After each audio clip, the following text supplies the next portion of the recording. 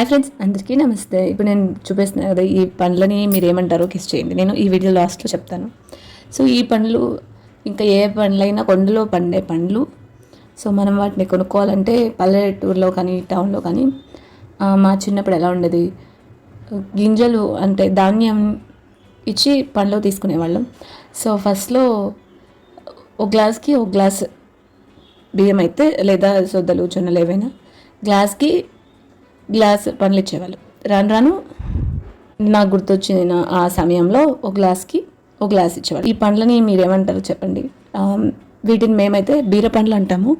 So కొంచెం వగరుగా, చాలా పండిపోయిన పండు అయితే స్వీట్గా ఉంటుంది. మా చిన్నప్పుడు చూశాను, తిన్నాను. ఇంకా మళ్ళీ ఇప్పుడు ఇన్ని రోజులకి ఇక్కడ అమ్ముతూ ఉంటే తీసుకున్నాను. సో ఇవి 20 రూపీస్కి. ఫస్ట్లో ధాన్యము అవి వాటికి ఇచ్చేవాళ్ళు. ఇంకా ఇది రేగు పండు ఎలా ఉంటుందో అలా సీడ్ ఉంటుంది లోపల తీసేసి